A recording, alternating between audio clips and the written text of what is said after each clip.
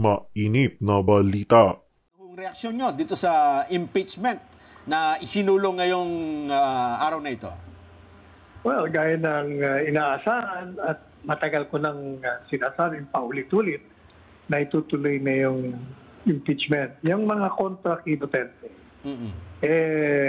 matagal na nilang plinano yan. Una, ang layunin nila ay propaganda against BP Sara. Inilalarawan nila na siya ay hindi mapagkakatiwala ang opisyalis at kailangan tanggalin. Pangalawa, ang ultimate na layunin nila ay disqualify siya sa presidential contest sa 2028 sapagkat siya ang leading contender. At pag nanalo sila sa impeachment, makonvict, o definitely disqualified na siya. Kaya yung impeachment na yan, whether ituloy nila o hindi, ganun pa rin. The purpose is to destroy her. Attorney Panelo, naglabas ng saloobin patungkol nga sa ginawang pag-impeach ng Kamara kay VP Inday Sara. Ayon nga sa batikang abogado, ay matagal na niya itong inaasahang mangyari at hindi na nakapagtataka na ito ang gagawin ng mga kalaban ng mga Duterte sa politika. Ayon pa sa kanya, ay ang pangunahing layunin nito ay upang sirain ang pangalan ni VP Inday sa mga mamamayang Pilipino. Dagdag pa na kung sakaling tuluyang ma-impeach ito ay mawawalan na ito ng kredibilidad upang tumakbo sa pagkapangulo sa darating na 2028 national election na kung saan ay siya ang tila nangungunang kandidato na may malaking posibilidad na manalo. Pahayag naman ni Attorney Panelo na haharapin ni VP Inday ang impeachment ng walang bahid ng pag-aalala bagkos ay ipapakita nito na kahit ano pang mangyari ay hindi sila matitinag sa anumang mga pakulo ng mga kalaban nila sa politika. President Cheese Escudero, Pwede. para makausap natin at malaman ano talaga ang pinaplano para dito. Baka naman, siyempre, nagbumuni-muni din siya. Hindi, kasi raw hindi niya raw hindi niya raw inaasahan ito. Hindi nga. Oo. Kaya nga napagbilinan yung ibang kasama na tatanggapin na lang.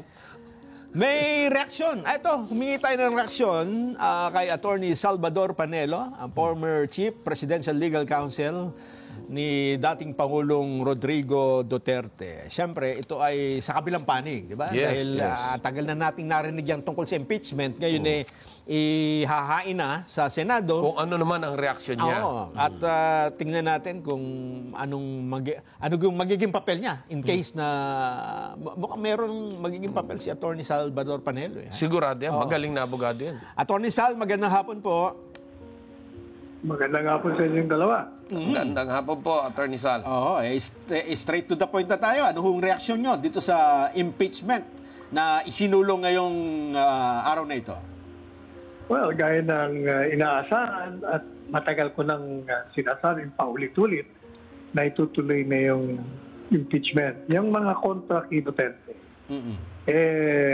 matagal na nilang plinano yan. At ang unang-una, ang layunin nila ay propaganda against BP Sara. Inilalarawan nila na siya ay hindi mapagkakatiwala ang opisyalis at kailangan tanggalin. Pangalawa, ang ultimate na layunin nila ay disqualify siya sa presidential contest sa 2028 sapagkat siya ang leading contender. At pag nanalo sila sa impeachment, makonvict, o definitely disqualified na siya. Kaya yung impeachment na yan, whether ituloy nila o hindi, kasi hindi mo alam kung yung Senado tutuloy nila yung convince ng impeachment court. Sapagkat mayroong eleksyon baka busy na sila. If that happens, for next year yung impeachment kasi may 1-year ban. Ngayon, kahit na hindi matuloy yan at 1-year ban, ganun pa rin. The purpose is to destroy her. Matagal pa 2028 So you mean, Attorney, pwede lang i-refile yan next year? Kung sakaling upuan ngayon yan, i-refile lang next year yan? I-refile lang yan. Kasi pag hindi mo tinuloy yan, may 1-year ban yan. Ngayon, ang implikasyon ng pag-file nila, isa lang. O dalawa, siguro dalawa. Number one, hindi sila nakikinig sa overwhelming voice ng sambayanan na kontra sa impeachment sa Vice Presidente. At Pangalawa, hindi nila iginagalang yung kagustuhan ni Presidente Marcos Jr. Nakalimutan na yung impeachment kasi makatwiran ang kanyang mga kadahilanan. Number one, sabi niya, that's divisive. Pag-hati-hatian lang natin yan, lalo tayo mag-aaway-away. Pangalawa, non-productive yan. Kasi hindi kayo makapokus sa inyong legislative agenda. Pangatlo, walang makikinabang na kahit na isang tao. So bakit nyo itutuloy yan? O madaling sabi, itong mga kaalyado niya, hindi nakikinig sa kanya, hindi pa nakikinig sa bayan. So ano magiging resulta?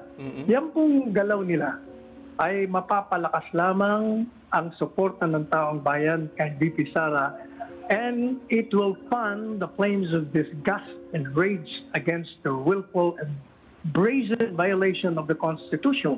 Yung mga garantiya niya sa saligang batas, talagang nilalabag nila ng gusto. Kaya lalong mag-aalab ang galit sa kanila. Mukhang hindi nila natututuhan ang mga aral na iniwan ng kasaysayan. They have not learned the lessons of history. Kaya nung marinig kong tinuloy nila, talagang yung kasabihan, whom the gods wish to destroy, they first make mad. Alam mo, yung mga Diyos ng Tanana, pag gusto kang ihulog sa bangin at itapong ka sa dagat, paliligayahin ka muna, lalasingin ka bago ka tuluyang ihulog. Kaya yan ang nakikita natin dyan. Pero sa ngayon ho ba, sa tingin nyo, merong posibilidad na upuan ito ng Senado at hindi gumalaw yung impeachment na yan? Dahil depende break nga sa kanila. Kasi if it will affect their campaign. Kasi marami rin electionista, di ba? At busy-busy na sila. Pag may mga kumoto dyan, o nakiusap sa kasama, wag na yan, nakana lang yan. Anyway, malayo pang eleksyon. Hindi sila magkukuntin. Ang masakit po doon, ang magiging busy dyan, let's say, Senator Bongo, Senator Bato, which are known allies of the Vice President. Sila yung re-electionist. So kung magiging dalawa nga naman yung concentration, hihina yung kanilang campaign. Correct. Diba ho? Kaya most likely, baka yung mga yan hindi interesado sa impeachment court. Nakasama sila. Okay. So as of now, ano po ang strategy na nasa isip nyo na yung makikita ng ating taong bayan para naman po malaman na hindi na panghihinaan ng loob ang mga Dutertes? Unang-una, meron ng panawagan at meron ng pahig niyan si VP Sara. I think 2 weeks ago sinabi niya na tungkol niya sa impeachment. At sabi niya, hindi siya napitinag yan. I'm ready to face the impeachment trial. Ready na ang aking legal team, sabi niya.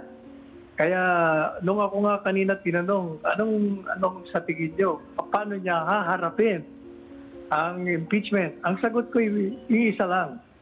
Inday Sara will face the impeachment smilingly, courageously, and competently. Anong magiging may papel po ba kayo sa in case na magkaroon na ng hearing sa impeachment? Matagal na yung aking papel, di ba? Pinagtatanggol ko. Alkalde pa yun, pinagtatanggol ko. Ano pa bang papel ko ito ninyo? So, isa kayo sa... Isa kayo sa defense lawyer. Defense panel. Oo. Ay, hindi na kailangan maging defense lawyer. I've been defending her. Ano pa bang tawag mo doon? Ibig sabihin ba pang mag-meeting pa? Sa bagay, wala pa naman. No? It's too early to... Kung naglalatag pa ang Senado ng kanilang rules, naglalatag din ng depensa. Oo, tama. Basta ready na si Inday Sara dyan. Ulitin ko she will face the impeachment smilingly, courageously, and competently. Si dating Pangulo Duterte, anong sabi? Tulog pa hanggang ngayon kasi yun ang sleeping time niya. Hindi niya pa alam. Ayun. Mamaya pa magigising niya, mga 7. Hindi na rin... natutulog yun ang alanganin. Ano mo naman ang... Mukhang hindi rin... Pero tatawa lang yun. Matagal na yan. Expected naman. Okay po. Attorney Sal, baka meron pa kayong gustong sabihin na hindi namin naitanong. Go ahead po. Wala na ako naisip na idadagdag pa. Ayun. Basta she will face it smilingly, courageously, Yun. and competently. Ayan. Maraming salamat, Attorney Sal Panelo. Full of confidence. Hindi, yung parang...